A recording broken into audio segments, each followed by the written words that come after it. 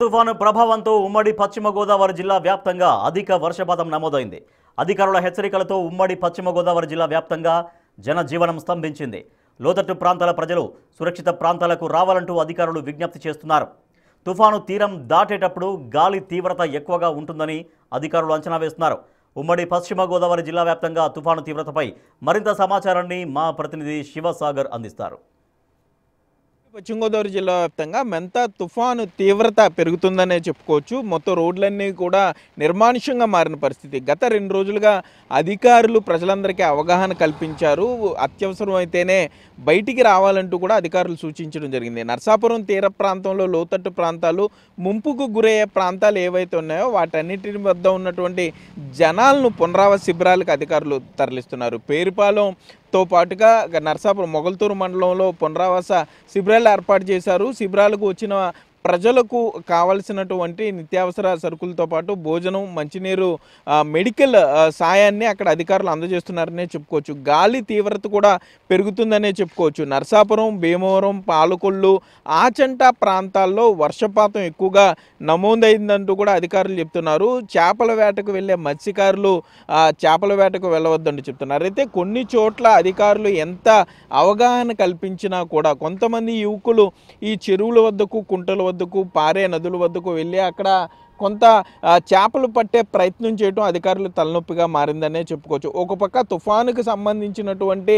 రక్షణ ఏర్పాట్లు చేయడంలో అధికారులు నిమగ్నమై ఉంటే, మరోపక్క యువకులు వారి సరదాల కోసం ఈ చెరువుల వద్దకు వెళ్ళి కొంత సెల్ఫీల కోసం ఎగపడటంతో కొంత అక్కడ అధికారులు ఇబ్బందులు పడే పరిస్థితులు ఉన్నాయి. పోలీసు, రెవెన్యూ, ఫైర్ సిబ్బంది సంయుక్తంగా అన్ని ఏర్పాట్లు చేశారు. తుఫాన్ని ఎదుర్కొనేందుకు సిద్ధంగా ఉన్నామని చెప్తున్నారు. మరోపక్క హైవేల వద్ద, జాతీయ రహదారులపైతో పాటుగా ఎక్కడైతే మెయిన్ రోడ్స్ ఉన్నాయో అక్కడ చెట్లు ఏమైనా విరిగిపోతే వాటిని తొలగించేందుకు ట్రీ కట్టర్లను కూడా ముందుగానే సిద్ధం చేసి ఉంచారు. జేసీబీలను కూడా సిద్ధం చేసి ఉంచారు. అప్పటికప్పుడు కాకుండా, హడావుడిగా కాకుండా ముందుగానే కొంత రేడియస్ పరిధి తీసుకుని జేసీబీలను మొత్తం జిల్లా వ్యాప్తంగా 27 జేసీబీలను ఏర్పాటు చేశామని ఇప్పటికే ఏలూరు జిల్లాకి సంబంధించి ఇన్ఛార్జ్ మంత్రి నాదెండ్ల మనోహర్ చెప్పడం జరిగింది. పశ్చిమ గోదావరి జిల్లా ఇన్ఛార్జ్ మంత్రి గొట్టిపాటి రవికుమార్ ఇప్పటికే పునరావాస శిబిరాల్లో పర్యటిస్తున్నారు.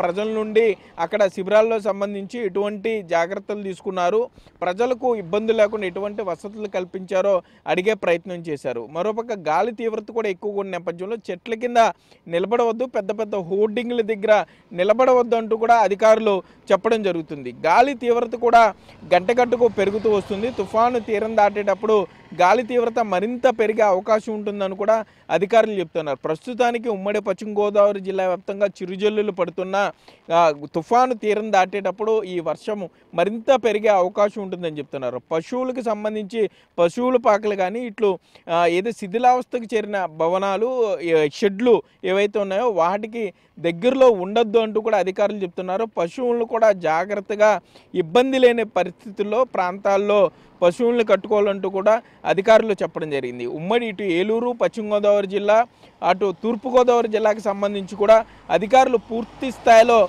ప్రజలకు ఇబ్బంది లేకుండా ఏర్పాట్లు చేసినట్లు కలెక్టరేట్ల వద్ద కంట్రోల్ రూమ్లో ఏర్పాటు చేసినట్లు చెప్తున్నారు. ఈ డిజాస్టర్ మేనేజ్మెంట్కి సంబంధించి కూడా ఎప్పటికప్పుడు అప్డేట్ ఇస్తున్నారు.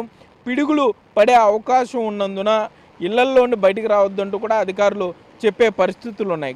గంటకు గాలి తీవ్రత పెరుగుతుంది, వర్షం కూడా పెరుగుతుంది. కాబట్టి ప్రజలు అప్రమత్తంగా ఉండాలంటూ కూడా అధికారులు చెప్పే పరిస్థితులు అయితే ఇక్కడ ఉన్నాయి. మరోపక్క మెడికల్కి సంబంధించి వైద్యులను, సెలవుల్లో ఉన్న వారిని కూడా తిరిగి వెనక్కి రప్పించడం జరిగింది.